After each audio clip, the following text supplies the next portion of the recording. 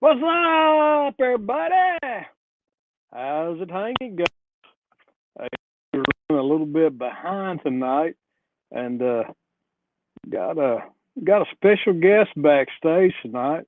I took it upon myself since Roger was late to invite somebody, and we'll talk a little bit with him. Let's start with introducing. Talk to a few people in chat. Looks like Mr. Stonefly71 was in chat first. Welcome, welcome in. Then followed by that, Mike Sampson, Mr. Sampy. Welcome, welcome. Hey, here's Bobcat Outdoors. I said, what's up, early birds? We got Catch Fish with us in the house. How you doing? Hey, by the way, this is another special guest. My little catfish buddy right here. What do you think about him? I got troublemaker Lisa Burrito in the house. Let's see, we got Crappie Day Darren in the house. Here we go. Hello, good people, he says. Jimmy James Bailey Catfishing. Hello, welcome in. Catfish Cowboy, welcome in. Smoky Mountain Catfishing, welcome in. Let's see, we caught up. Man, that was quick. We need more people in here. Y'all go share this out. But anyways, like I said, Roger's running a little behind, so I'm hanging out with my catfish buddy here tonight. He's trying to give me kisses.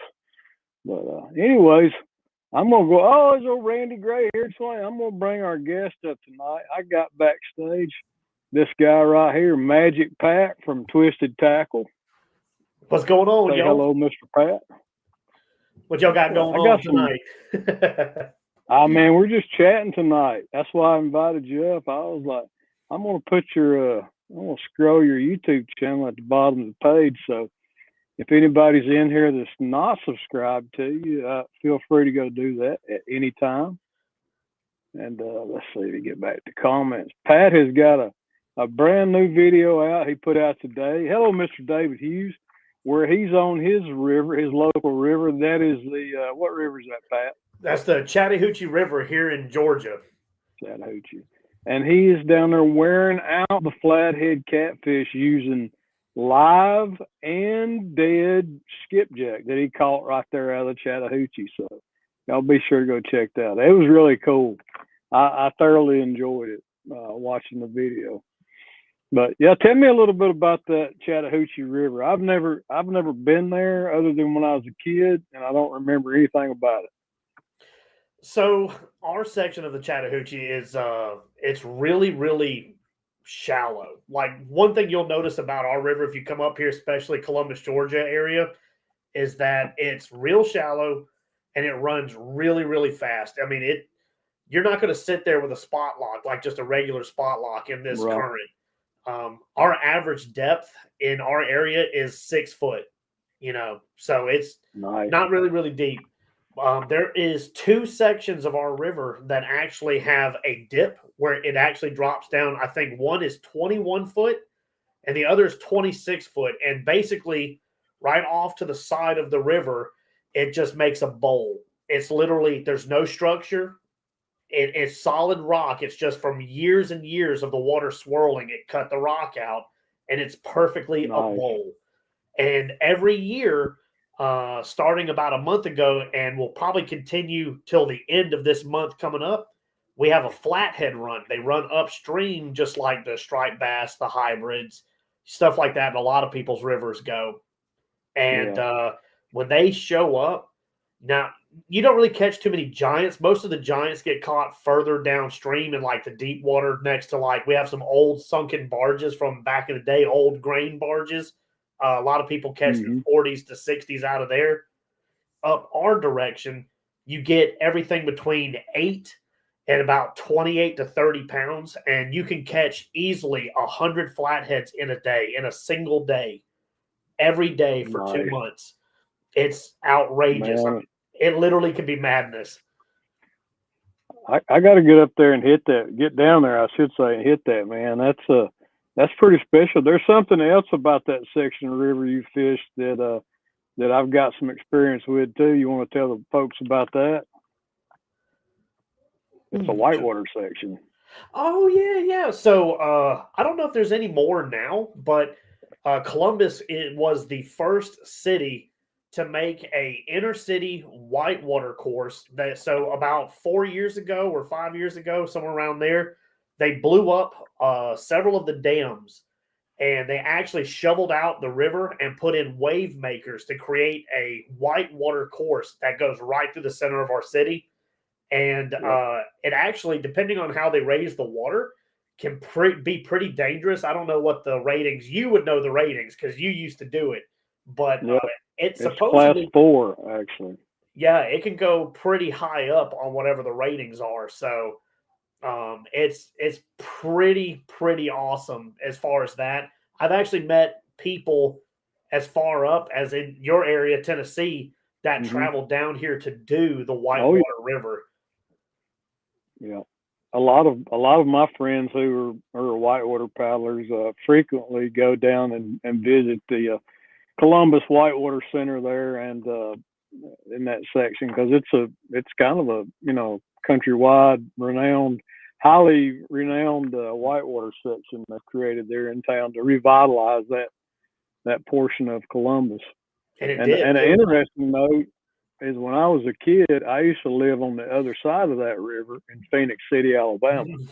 So I visited that river years and years ago from the Phoenix City side. Which that's the side where the that hole that we catch all these flatheads are out.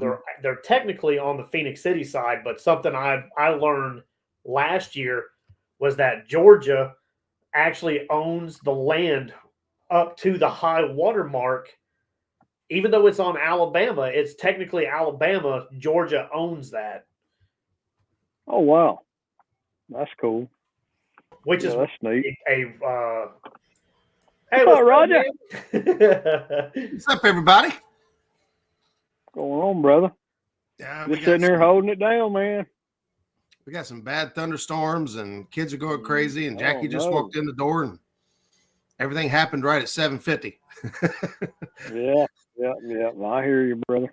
We might lose power. I was sitting there in the recliner, half asleep, kind of nodding off, and I had my phone in my lap, and a notification come up said, "Muskrat Adventures live in 30 minutes." I was like, "Oh crap!" Then I was like, "I've been talking to Pat. I spent about an hour on the phone with Pat this afternoon, and I was like, hey man, Pat's got a new video out, and it was really good." And I was like, maybe he'll come up on the show tonight and promote it. So it was absolutely kind of like. We like Pat here. He's welcome anytime. Yeah, man. He is tearing up some flatheads down there. I can't even make it to my own shows. I could barely keep up with everybody else. Yeah. Well, yeah, he put out a video today. He's using a really interesting, like some kind. What'd you call that rig? So a slow pitch jig. Yeah, I actually brought it in here so I could show you. I lost all of them except for this last one. So in the video, I only did like maybe 3 or 4 catfish on this because I've got a whole nother video with like 50 catfish that I catch on this. But I got sponsored by a company out of Australia because of my saltwater fishing. I do slow pitch and vertical jigging in the ocean. They told me about this jig they have. And they're like, we use these for, grouper and stuff. They'd be really good for your stuff. So I got some. So this is what I've been actually catching my flatheads on. And believe it or not. How heavy is that weight? This one is 3 ounces. Okay. But they go all the way to, I think, 12 ounces. But this sucker right here is made to where you put cut bait or live bait or whatever you want to on the 2 hooks. And you jig it down in like 400 to 500 foot of water. So those flatheads are so savage right now. I was catching them on this without bait. But yeah, they were hitting everything. But putting I put a whole skipjack on these, and we're jigging them up underneath the kayak, and was just getting slammed. It was so bad one day because I was using just dead skipjack. They weren't even alive. The guide who lives on the river and fishes there for a living was not catching anything. All the guides around me were not catching anything, and I caught flatheads on this right next to them all day. So was that pontoon boat in the video? That's one of them. He's not a guide. They're just people that they come out there every day it was so bad that the guide actually messaged me privately. It was like, send me a link so I can get these, because apparently the color and the action with the skipjack was just unbearable to those flatheads. You know, that one day I had awesome, probably 30 something flatheads in one day on it. Holy crap. They chewed the paint on the one I lost to where only thing left was just the eye. Daggone. Yeah, Pat's netting these flatheads with this little bass net, and I was laughing watching the video because like only half of them would fit in it. And I was like, dude, you need a bigger net out there. It's a big net. That's the thing, though. It's a big net. It doesn't look like it, but these flatheads are just so big around. Yeah. I mean, I can put my dog, it's an 80-pound dog in the net. I've done it to tease him. It's not a little net. It's a decent net. It looked like it in the video. It looked like it was like a bass-sized net. We'll definitely have to check that out. Yeah, it was really cool. You see a lot of kayak guys using a bucktail. Well, that's what he was on, Stonefly. He was on his kayak. You're right. And you did have a dragon sinker on there too, didn't you? So the day before, there was a guy up there was dragging for him, which that's a really rough area to drag because of how jagged the rocks are. They actually catch those soft dragon weights and will actually skin them like you would a banana. But the guy was dragging was the only one catching. So I decided I was going to come up and try for a few minutes and just see. And it worked. I caught the big one and a couple of small ones before I lost my dragging setup. That's actually why I brought the jig, because I lost so many dragon setups the day before. I was like, dude, I'm not giving away this many dragon setups 2 days in a row, man. These things are getting expensive. So let's try the jig and see how it does. And I ended up not even bringing any more heavy gear. I kept that medium jigging rod and the jig for the rest of the week. No kidding. That sounds like a heck of a way to catch them. Yeah, it was a pretty crazy looking setup with a big skipjack hanging off that thing, and you could tell that for the most part they were dead, and you were imparting action, just jigging them with a Kuma spinning rod. That was pretty neat, man. The bite from them flatheads is insane, dude. Did you catch anything that day besides flatheads? 100% all flatheads. Wow. Nothing else. Where at? Or unless it's top secret? Chattahoochee, man. Columbus, Georgia. Columbus, Georgia. I've been telling y'all for below years. the Whitewater Center. For years, every year the flatheads run upstream in like a big run like stripes and hybrids do everywhere else.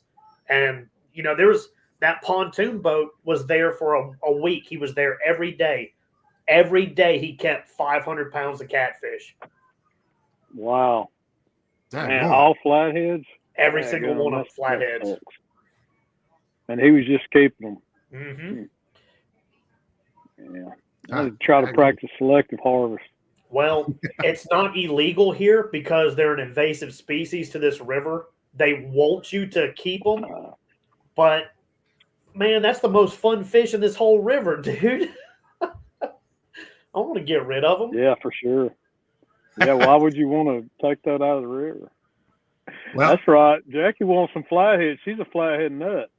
Somebody else is going to have to take her because every time I get on the boat, I finally decide to catch one fish, and it's a freaking flathead. And I was like, you got to be kidding me. And the next day, I didn't even catch a fish. And finally, it was like, I'll reel in this one. It looked like a channel cat bite. Yeah. And I'll be daggone if it wasn't another flathead. She's like, you're going in the river. Like, she was done with you. Yeah, the first one was 32, and the other one was like 19 or 20. Yeah. That was during the tournament when y'all fishing in Alabama, wasn't it? Or was that before the tournament? It was before the tournament. During the tournament, we didn't. I'm trying to get to the pictures here. Yeah, here we go.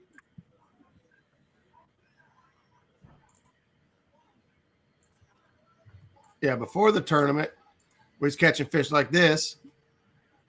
Yeah. During the tournament, we catch nothing. Y'all skunked the tournament?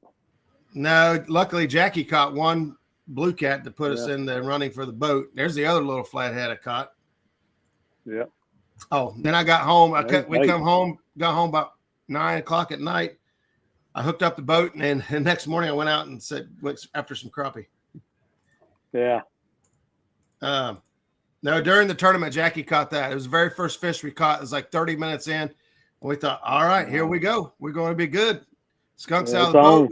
We got a decent fish. It was not a great fish for an over, but it was 27 or 28 pounds. And we was like, all right, we're good now. That's the only fish we caught during the tournament. Hey, Pat, do you have a link for those jigs? Somebody in chat was asking for I see a couple people say something. Yeah, if you have a link, yeah, send it to me and I'll post it.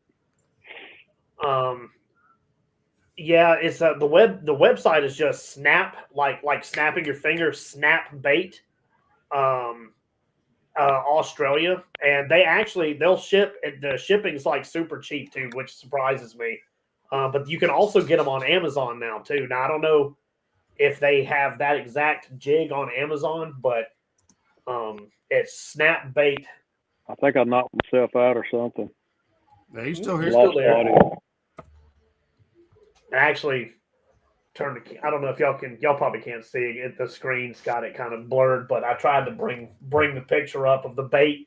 Actually, I could probably show you this way how I was doing the jig. Yeah, I think I posted it in the chat. Yeah, I was making those boys so mad. I was just doing, and that's a little skipjack. I actually one day was getting more bites using 1 to 2 pound skipjack on the jig.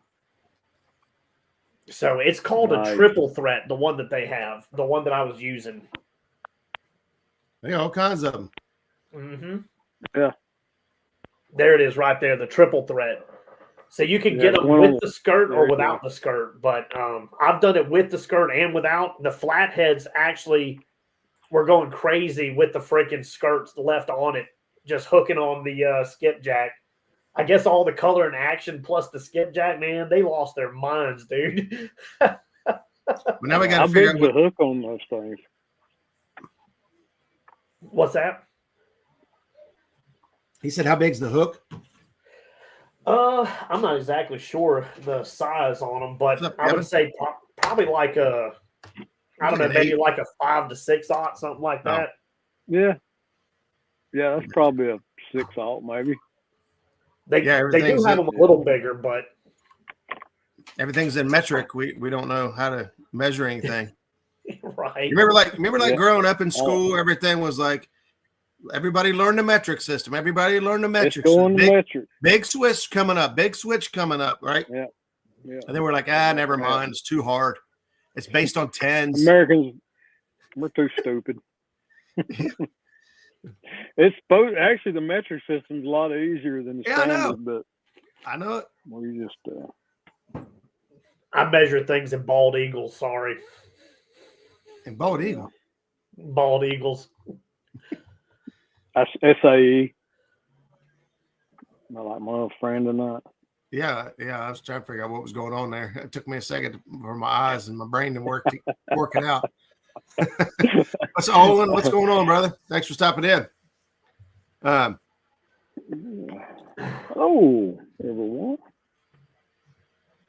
Yeah, our river. I got caught up. I was sitting there watching the river from Alabama, and I was like, man, the river's looking good, man. We're running like, what was it? We're running like 70,000.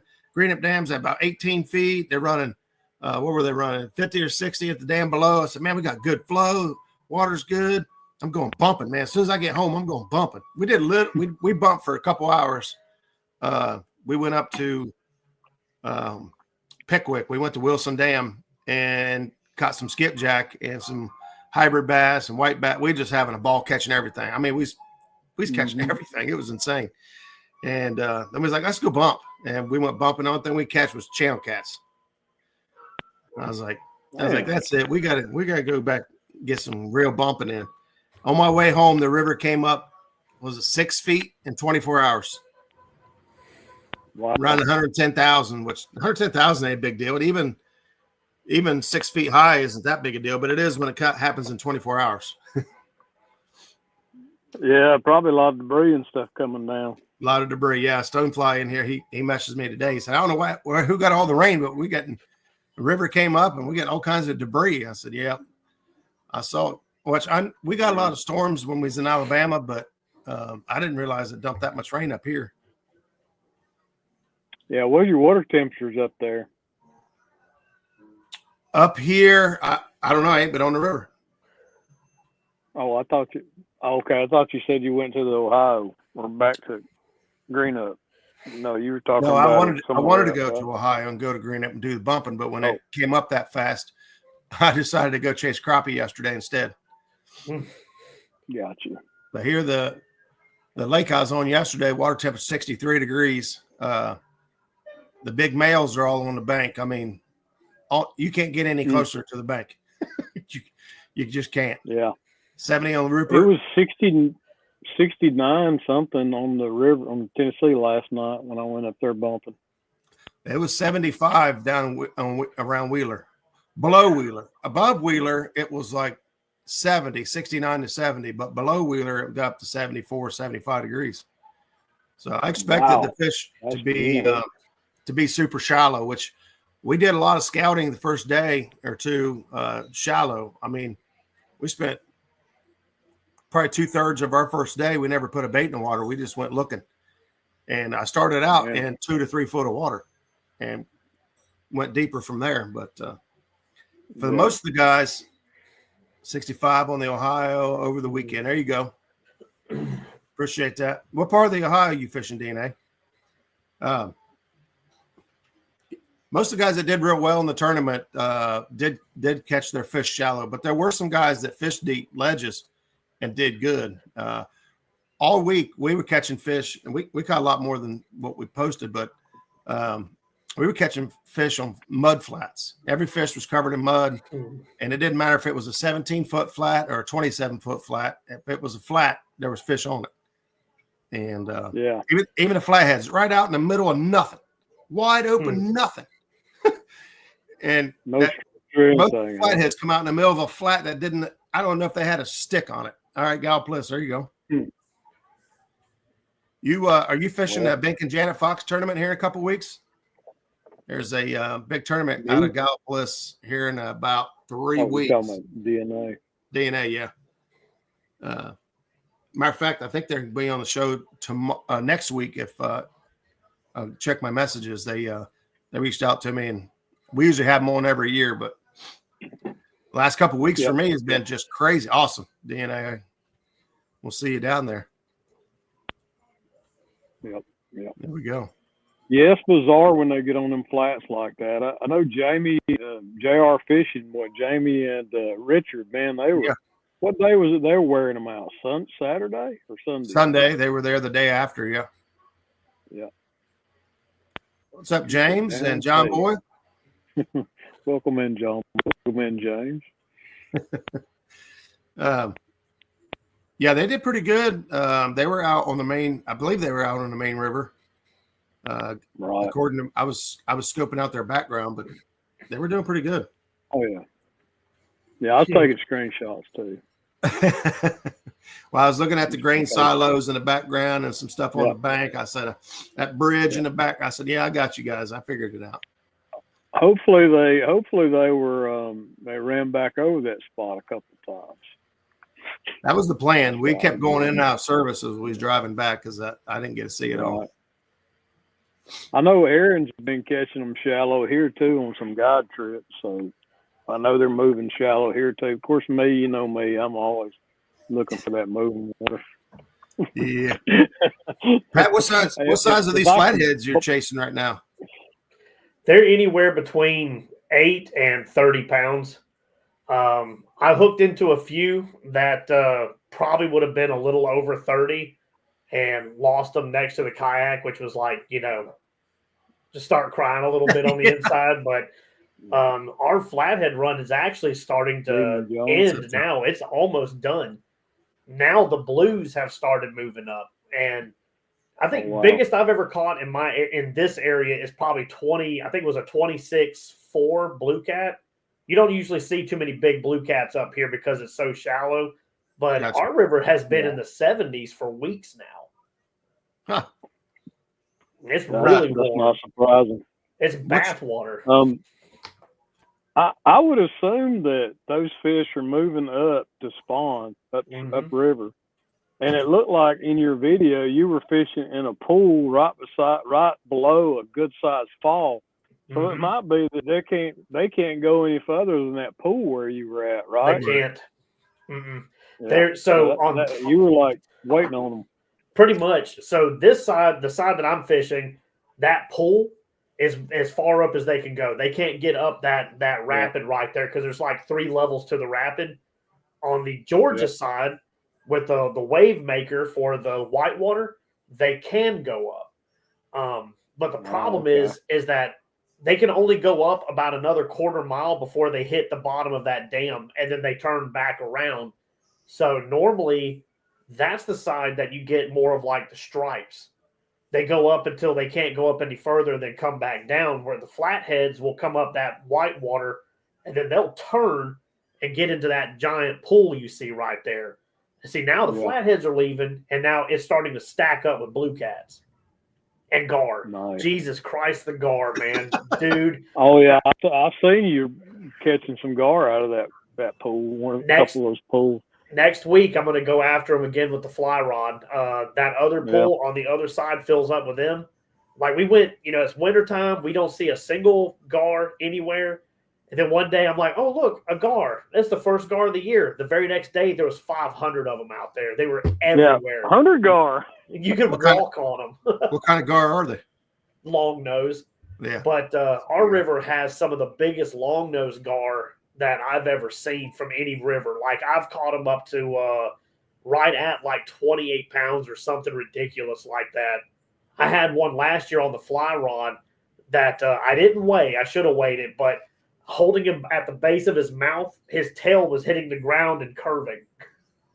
Nose is way up here, Well, there you go.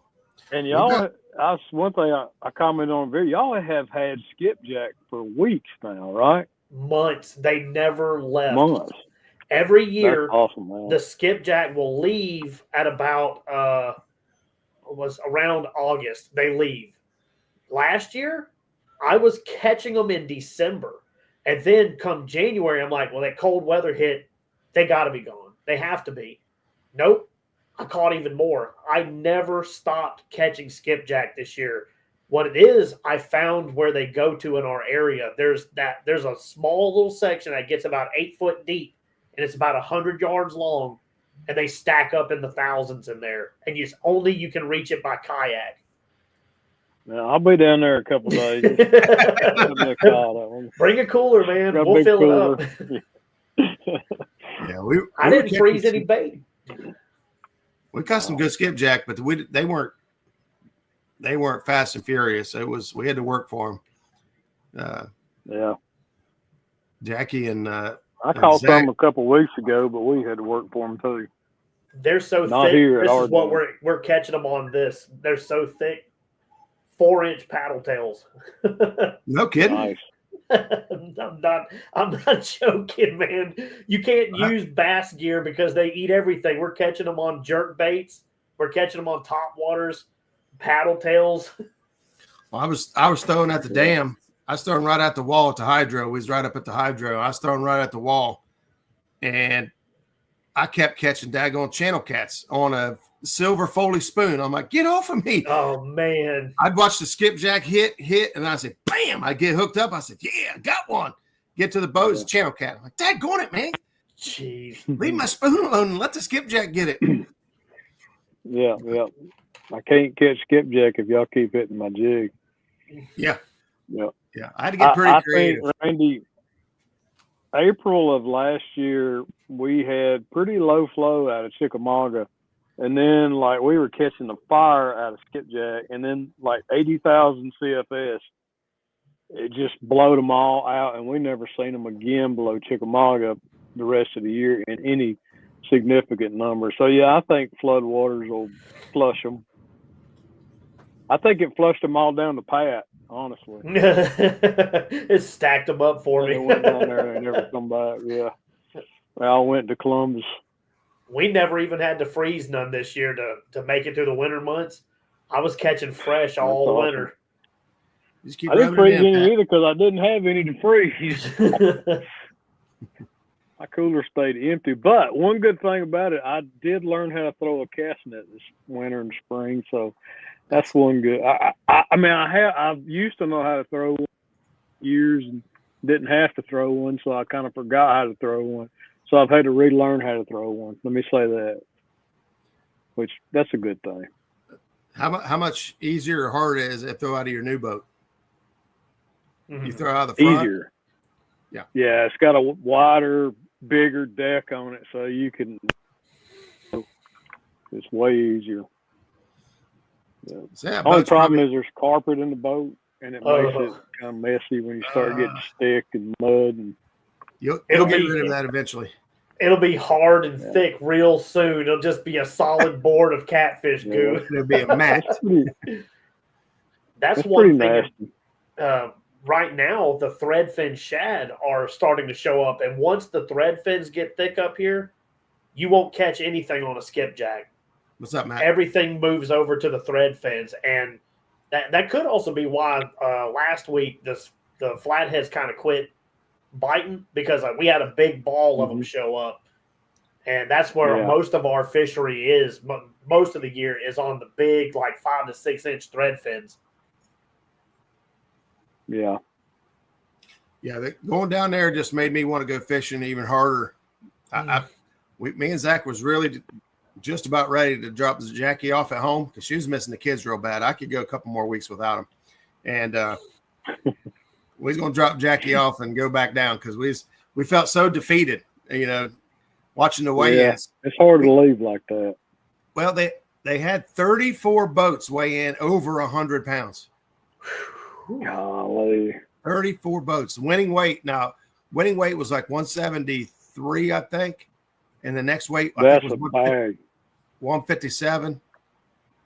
I know Brad and his partner did pretty good too. They weighed in 125. They were somewhere up in they got paid. Whew. Yeah. I know Nathan Trammell and his partner came in second. I don't know who he's Nathan, fishing with, but he was on his Nathan. Okay, yeah. I remember who was he fishing with? I don't remember, man. I got everybody so mixed up because it's not people I normally follow, so I get their names messed up. You guys won this one, our big bass 4-6. They won their tournament tonight. Hey, what's up, Freddie? Got to see Freddie and Chris Catfish Clothing over at the se4 captain's meeting. Well, actually, we ran into Freddie several times down at the event, but it was always fun when he was planting rods on people's boats and taking pictures. Is that what he was doing? I think so. I mean, he put up a bunch of pictures of his rods on people's boats. Well, I think he was planting them myself. He hung out around our boat there for a good while. We had bacon and eggs and sausage that morning on the grill at the boat launch. He did. We had a lot of people coming by offering to buy plates. Right. Yeah, I could have made some money. Maybe we ought to consider that next year. We've been doing that every year. We fire up the grill, and because you get there so early. We get there at 4:00, and launching. Y'all had a delay too, didn't you? Yeah, I was getting ready to say that. Yeah, launch wasn't supposed to be till 6:30, and they held us until 8 a.m. because of I know everybody was over at the FOA booth, man. Those guys, the people that didn't buy stuff on the first day or they bought stuff, they came back and bought the rest of it the next day. They wiped him out. They was liking the stuff. But there was some fog. There was 152 or 157 or 59, 150 plus boats. And they held us for an hour and a half because of the fog. Not one person complained. Not one person griped. That's awesome. Nobody that I know of. I mean, maybe they did, but we were talking to a lot of people, and nobody was bothered by it. We all had the exact same. Yeah, it was good. We all had the exact same advantage or disadvantage. Some folks kind of missed out. They were targeting a really early morning bite in that super shallow water that the sun did affect. Once that sun came up, their fish moved. So it did affect a few folks, but yeah, I thought it was awesome, especially after previous, accidents we've had here lately. Some of these bass tournaments and stuff that just really set the bar and say, hey, they put a lot of time and money into running that event, and they're like, it ain't worth one of y'all getting hurt, so we're going to wait. No. So, That's good. That's good practice. Yeah, it was good. It was good to see, that many boats, that many people, that much money on the line, and it's like, doesn't matter. We're not going to send you out there. So, yep, we were chomping at the bit. That was a good thing. Oh yeah, yep. I was happy with it. I thought it was definitely the right thing to do. Yep. But we had a good time. I'm ready to go back. I'm ready to go back on the water anywhere. I really don't care right now. I just want to go fish. I just feel like brother, licking my wounds, and yeah, makes you start scratching your head. Like, man, I know how to fish. What happened? You want redemption when you have something happen to you like that. The thing you want most is like, I gotta have me a redemption trip. Yeah, I've got to recover from this. I mean, we've done it before in these tournaments. Brandon and I, even though we won last year, I think we skunked in 2 tournaments, and that hurts. Yeah, when you're on top and you skunk, it's like, ouch. It goes to show you, no matter how good you are, what you got figured out, when it comes time to deliver, the fish don't play by the rules. 5 of the top 10 were using FOA hooks. Was told that's the best awesome, man. Deep Donkey 10, 12, 14 were their favorites. Yep. No kidding. Heck yeah. Yeah, I know he sold out those big hooks like quick. What's up, Egg Jenkins? I've got to where I switched to a 12-aught hook, and I'm not going back. I love it, man. Even those big fish with those thick jaws, I mean, it gets right in there. There's that. And there's room with that. I can take 2 fingers and put it between the barb and the shank of a 12-aught. So which 12 are you running? Yeah, Ripping Lips. I'm actually running. No, it's not a Ripping Lips. It's just some generic carbon steel hook I've been buying off of Amazon, but I like it. I know Ripping Lips has a good 12-aught hook. I know a lot of guys really like it. I know you're affiliated now with Ripping Lips. That's not why I mentioned it. I mentioned it because they're actually supposed to be really good. Yeah, I'm gonna order some and try them out. What's the matter? But I like that nice wide, because some of them blues, man, they'll have a dang jawbone on them. Thick like jaw. Yeah, you got it. I mean, I hook them in the skin of the lip. You got to hope that hook point penetrates the jaw. Tooth pad. Ed went and picked him up a beautiful new 20-foot.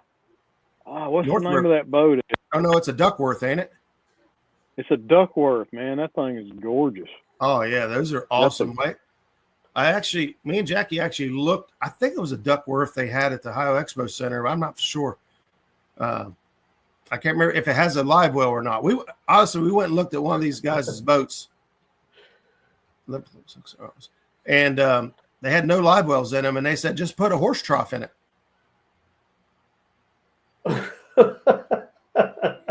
Spent $80,000 on a boat and tell me just go put a horse trough in the middle of it.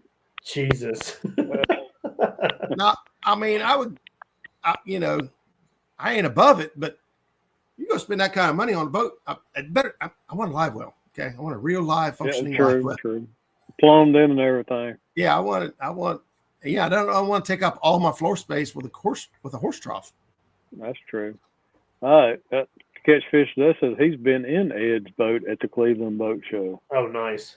And you go. Did you like scratch like Catchfish with us? Was here somewhere? CWFU in the side of it. CFWU, my bad. It has a 30-gallon live well in the trash. That's not a live well. That's a bait tank. Yeah, that's not a real big live well. Yeah, I can't remember who. There were some of them that were that way, but we don't fish a lot of big tournaments anyway. But if I buy a boat, I'm going to I want it to be capable of fishing these big tournaments. Oh, well, okay, Haywood. Hey, Thanks for stopping in. You do what you got to do. I'm just going to leave that one alone. Yeah. Oh my God. That's because this show is the crap. Oh wait, or is it just crap? That's right. Hey, we'll take it either way, man. Yeah. Oh my gosh. Yep. That's Either way. right. You'll be neighbors with Fred. Hello, Mr. Dale Haysett. Hadn't seen you around in a while, buddy. Yeah, no kidding, Welcome Dale. in. Man, Dale, I'm hearing Hoover has been on fire here last week. Everything was good while I was gone. Now I come back and what's up, Uncle Lou? Yeah. Welcome to the Rat and the Cat. Mm. The Rat, the Cat, and the Pat. Yeah. Rat, cat, and rat. It's starting to sound like a Dr. Seuss episode. I know it. It's a chat with the Rat, the Cat, and the Pat. Mm. Yeah. Oh, that's good stuff. You've heard of Cat in the Hat. Now get ready for the Cat and the Rat and the Pat. That's right. I don't have a hat nearby. Dang it. No hat. A pat in a hat. Pat in the Hat. Yeah. With a rat and a cat. Poor Jackie got the But top yeah, of her man, head. I'm gonna.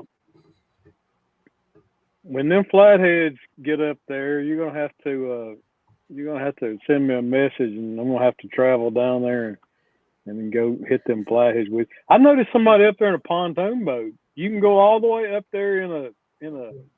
I mean, you said it's pretty shallow, like It's 6 feet, real right? shallow. There's one trail. If you don't know what you're doing, which I saw 4 or 5 boats this year wanted to get up in there, and I seen them wreck the whole of their boat. Fiberglass boats on these rocks. I'm talking about, I heard the crunch across the river. I look over and they're sideways on the rock. They drifted into it. Bah! But if you trim your motor up real high, there's one path you can take to come through, and it's safe. It's wide enough. It's not like it's super narrow. You can sneak all the way up in there, and that pontoon boat, man, they creeped all the way up. I was bumping into him. That's why the guy was laughing. He's like, "It's a small spot, man. Yeah, Trade paint if you want to." Yeah. Did you keep hooking his line? Because at least on 2 fish you caught in that video, I noticed you were bringing up somebody else's line. So the guys from the bank they'll wade chest deep through the water that's coming over the top to get on that rock to throw out there where we're at. So I got another video coming up. What's up, man? What's up, Tom? We got another video coming up, which I'm going to call it the Flathead Rodeo, where you actually get to see what it's like fishing up in there when like it's full flathead swing. So I was in the middle of like 2 other kayaks, the pontoon boat, the fishing captain in a fiberglass boat, a bass guy who was up in there in another fiberglass boat trying to get the stripes that are in that white water, and 2 other boats in John boats that I've never seen before. And we're all just floating out there amongst each other, like doing this little dance of like trying not to bang in. I hooked a big flathead. I look around and I'm like 2 inches away from banging into that one captain's trolling motor. And so I'm like trying to reach to grab it. He's like, "Don't worry, man. Just let it go. Just go around. It's fine. You're plastic." So I'm banging into him, trying to go around. His client is hooking up. I have to move his line over my head as I go underneath them. I could feel the fish going as I've got a fish on. The guy across the way is yelling at me because I'm in his casting area, which we ended up like working it out. It was fine. I don't think he's ever been up there when this is all going down. You can't have feelings when you're up here because everybody's literally 2 inches apart. And it's more like a circus than a rodeo. Yeah. Yeah. I want to be in there or not. But what you don't see is there's guys on the bank every year, the guys who don't have boats and kayaks. You know, like most people don't do kayak because they're not crazy like I am. Most have either boats or they fish from the bank. There's 50 guys, 50 guys on the rocks And you can see where, like, as I'm fighting a fish, weights and baits are landing 6 inches from me as they're casting at me because I'm over the spot. They're flopping all around me. I held my hand out for one guy. One time I said, hit me. I'll take it out there to the spot and drop it for you. You could charge for that service, Pat. Make you some money. I thought about it. Take your bait out, $20. I thought about it. I told him, but if you don't pay me, I'm cutting the line and I can get to it. I'm out here. But the line that I kept hanging up on is those guys from the bank, because the shape of that bowl, you get hung up 50% of the time. So that one big flathead I tried to get in the net, you can see the angle of the line is actually like this. It's coming down and he's over here, and I can't pull him any closer because that line is hung up in the bottom over him. And that happened 4 times. It's just a ball down there, dude. DNA, I got you. That's exactly what I was thinking. It sounds like the Maumee walleye run up here in Ohio, man. These guys, elbow to elbow, I got you, brother. Hey, I go through the same thing. My auto-correcting. What's even worse is when I try to use voice text. That's a real bad idea for me. But, yeah, being elbow to elbow with everybody like that, you got to be a different kind of person. Sounds like skipjack fishing at the dam. Yeah. Yeah. Lines going. I've been up there for that. It's pretty nuts. You gotta pay attention. Like if everybody's throwing upriver, you can't be the one guy throwing out straight. That's right. You gotta time it all right. Down here, you just aim for the one open spot. Yeah. I tell you, the real fun was the guys on the bank ran out of bait, and we started hooking up bait real shallow and casting it to them. They were catching it in their nets to take the bluegill off. Because that was when I was using blue to put it on their line to put it back out, because, they're on them rocks. They had to cross the river to get out there. They can't get back off to go get bait. They had to wade. So we had an excess in bluegill that day. So we were like, they're out there running with their nets trying to catch it as they're casting it to them. I hope you got some of that on video. No, that was before I started recording stuff. Oh my God, that's gold stuff right there. It was good stuff. No, I think I do have a video. Actually, I know what it is. It's on my old channel. I just thought about it. It's on the old channel. There you go. But we've done that multiple times. I actually brought them just the other day, skipjack. I was the only one catching them, so I floated over to a few guys I knew and offloaded them skipjack and floated back out there, caught more for the flatheads. Yeah, I'm with you. I've never done the walleye run up at Maumee. I don't think I'm built for that. So I'll go out on the lake and troll and pull for them out there. I don't have the patience to be around that many people. I just don't. I don't have it in me. No, not. That's why I hate skipjack fishing from the bank. Yeah, even I bought a boat. I try to time it to where I'll go during the week or something where it's not so bad. But yeah, being elbow to elbow with a bunch of grown men just doesn't sound like a good time to me. Can't escape it down here, dude. Flathead run. I went every day. I was lucky enough I could go every day. Every day. That's awesome. There was 20 plus boats out there and kayaks in that hole. You have to just slide up in there with them and fish every day, Monday through Sunday. How come you didn't take your motor ride? I know you have a kayak that has, a big kayak that has the trolling motor on it. Mm-hmm. Is it because of access that you didn't take that kayak? You took the paddle version? So I can get it down, getting it back up, because that kayak weighs 200 pounds. I can get it back up. But I will hurt at the end of the day trying to get that thing up and down that hill. And then the other problem is that, it's only got that trolling motor.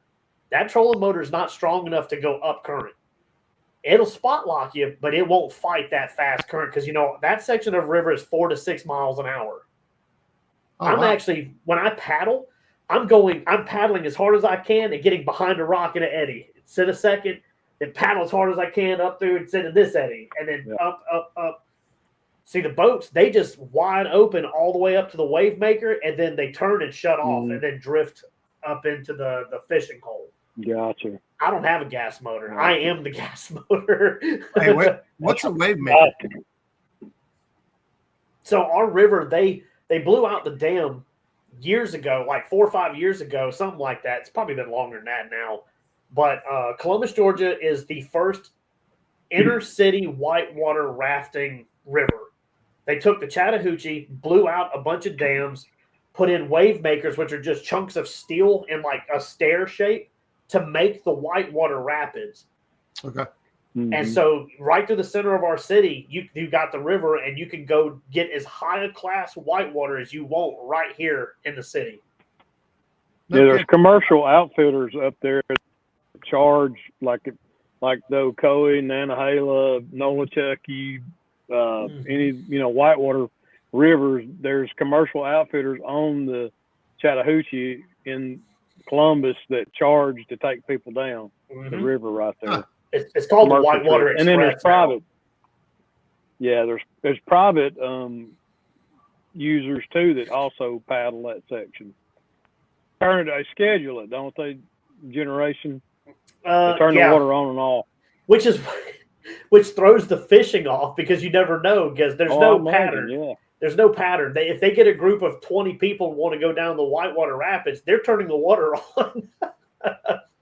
Oh, they don't do it on a regular schedule. They just do it whenever they get people wanting to go paddling. Mm-hmm. Oh, that's crazy, man. It'll go. I didn't realize that. It'll go up and down 4 or 5 times a day, depending on groups. Wow. But if you look up Columbus, Georgia, whitewater, it'll bring up a picture. You can see for yourself how it looks. It's real nice out there, real nice. Yeah. The bad thing is because where we fish at is adjacent to that, the city has been in a constant fight for about 5 years with the fishermen over there. They've been slowly trying to shut that section of the river off. Last year, they got real close to it. I was actually one of the ones that was very vocal about not doing it and reported on it when I was doing TikTok real hard, was getting tons and tons, thousands of views on it. They changed their mind. I'm not saying because of me, but I was one of the people. But they were going to shut that whole section of the river down to fishing. There'd be no more fishing up there, which means effectively my flathead fishing would be over because I can't kayak further downstream. We got 2 reasons. It's too strong, and then gator's the size of my kayak. So that'll do it for me. Yeah. Yeah. Kayak and a gator, I'm good. Yeah. So, but the city, they're fighting really hard with the fishermen over it right now to try to get some kind of answer that does both. But it was looking real bleak last year. It looked like it might have been our last year doing the flathead run. But it's a real nice section. I'm glad it didn't happen. Yeah. I'm surprised they hadn't figured out a way to start charging y'all access to it because they're making money off the rafters.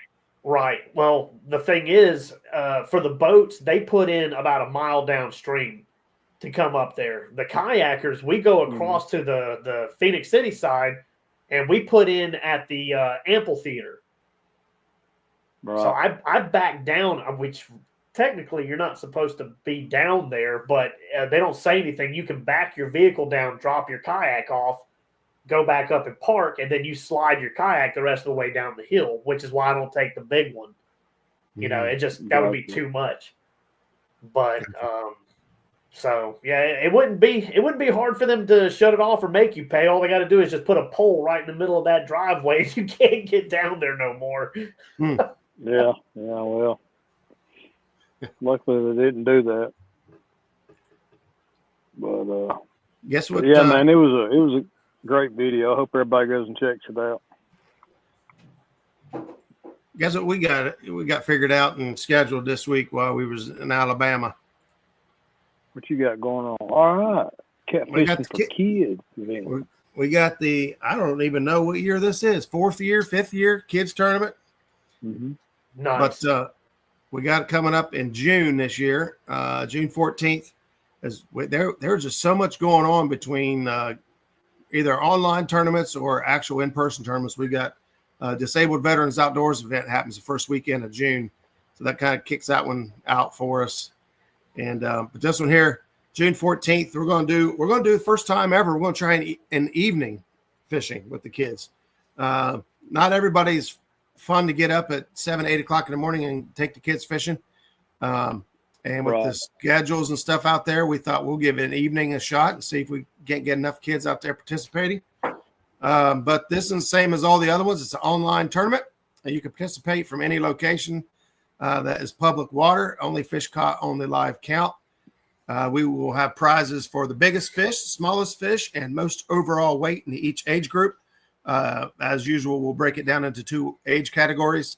So the kids must be between 3 and 17 years of age. We just ask that the kids do the majority of the fishing and reel in the fish. We don't want, the parents doing it and say, oh, look what we did. Must be public water, channel cats, flatheads, and blue cats only. So if anybody is interested in signing up for this event, you got a friend, neighbor, cousin, brother, grandchild, you kidnap somebody and you want to take them fishing, let us know. Or if you would like to help donate any prizes to the chat or to the kids to help make their day more memorable, just get a hold of me or Jackie, and we will get it all lined up for you. But we're excited to see this one come up again. You can send Roger an email or hit him up on Facebook. There you go. Email we're on the screen, bottom of the screen. Thank you. And then, of course, you guys, most of you know how to get a hold of me otherwise. And Roger, my hometown is Gadsden, Alabama. Fished the Coosa as a kid. I hear a lot about the Coosa River. I hear a lot about it, but I don't know anything about it. If that makes any sense. Yep. Yes, in Alabama. Alabama. Man, I'm telling you, if I could get away with it, we'd be moving to Alabama. We'd move today. Yep. Today. I bought a season-long Alabama fishing license last year and used it one time. That's your fault. I'm like, fault. You I know. I mean, I got a buddy now that lives down at the base. He lives at the base of Wheeler Dam, I think. There's a campground right near the dam. What is it called? There's a bunch of Wilson or Wheeler. There's Joe Wheeler State Park. It's not Joe Wheeler State Park. It's something fishing camp or something. There's a bunch of them. But he lives there now. So I'm gonna go down there this year. I have a place to stay when I go down there now. There you go. Well, I had a place to stay. I used to stay with Doc Lang. Then he went up and met a girl, and now he got all married up. Got all married and happy and stuff. And I'm happy for him. Muskrats in his house. Yeah, I got to meet her at CatCon this year. That was pretty cool. She's a sweet lady. I don't know much about her other than he's happy, and that's good enough for me. He's smiling from ear to ear every time I see him. So yeah. Alabama special. Went to Gunnersville. Yeah, I like Gunnersville. We should have. So hindsight's always 20/20, but we are more comfortable at dams than anywhere else in the river. That's just how we are. We're river fishermen. Yet each time we go down there, we end up dragging big flats, we spend most of our time down around the Elk River, between the Elk River and the dam, really.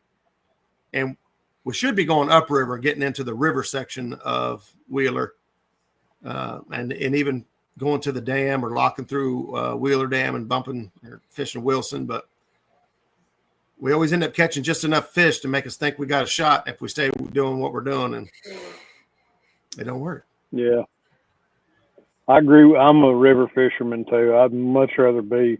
I mean, I like dragging baits. I enjoy it when I can't do anything else. Yeah. I like to be moving, but if there's moving water, I want to be in it. Yeah. Hank Williams. I was born in Alabama, raised in Louisiana. There you go. Yeah, there you go, Greg. Greg sounds like my kind of people. Yeah, absolutely. We're counting down the days. We got a trip heading down to Louisiana, meeting up with the Creole Guide Service.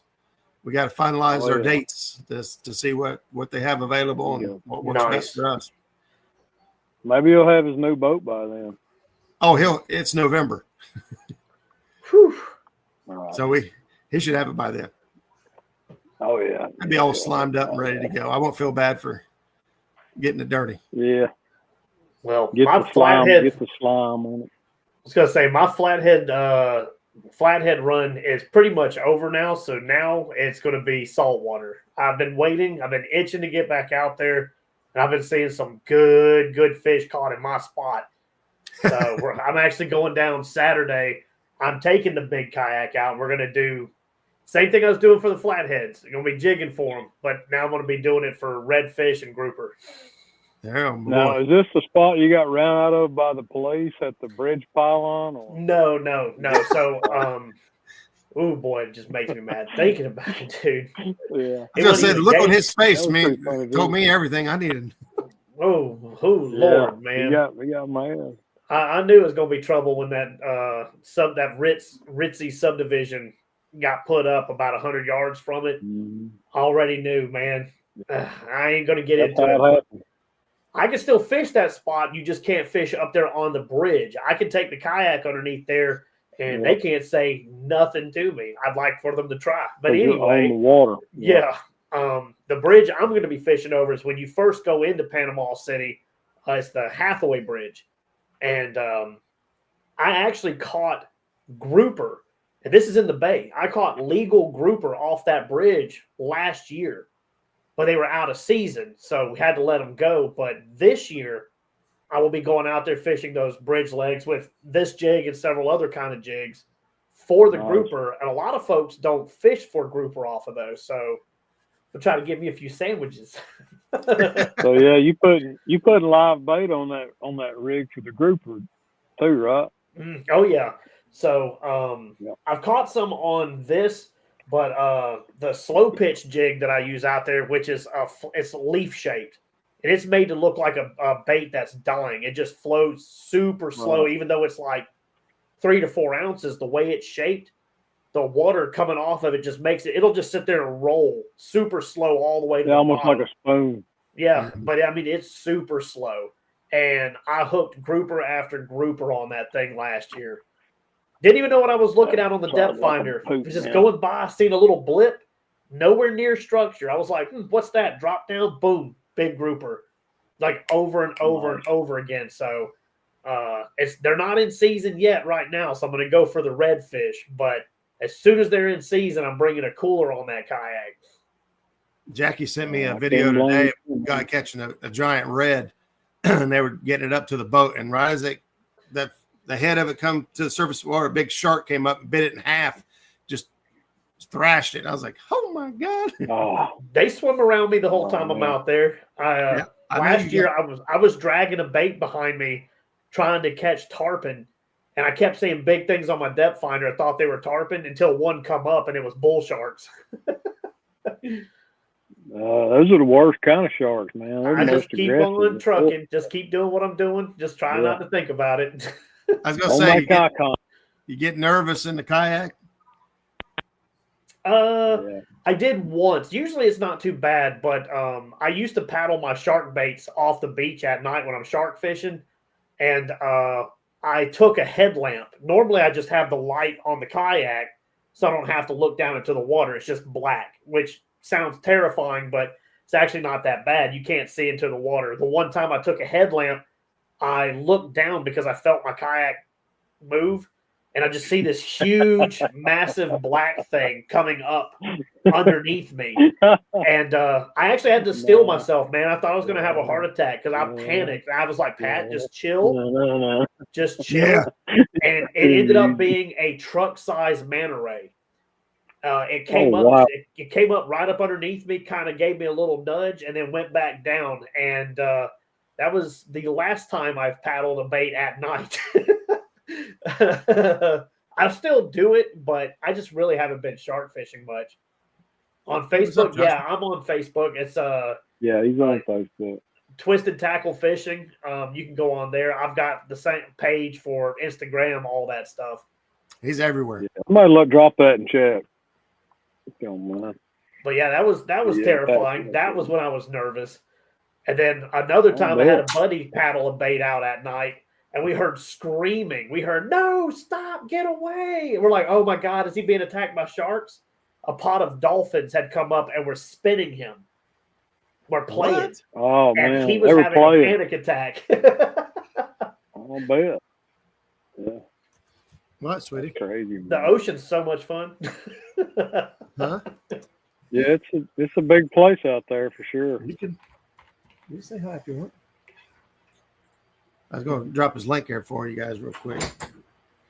We regularly catch big tiger sharks out of that area. So, Hey, girl, how are you doing? we don't put our hands near the water when we're catching fish. We net them or we slide them in. Not a good idea to wash the blood off your hands in the water. That's scupper holes. It just goes right through the kayak, makes it look like I'm putting a smell trail. Yeah. Thanks, Randy. There's a couple links for you. There's Pat's YouTube link and his Facebook profile link for Twisted Tackle Fishing. Appreciate it, bud. Hi. Absolutely. She's ready to go fishing, too. I went fishing. Now, see, I asked her yesterday if she wanted to go crappie fishing with me and her grandpa. Fishing?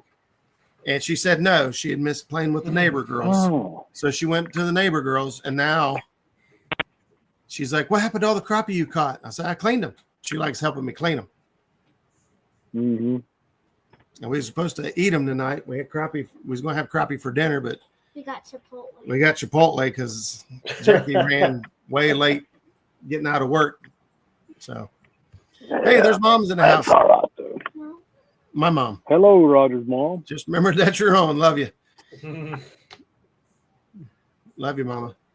Good to see. They've been having a tough time, man. They've lost both their dogs in the last 2 weeks. Oh, man.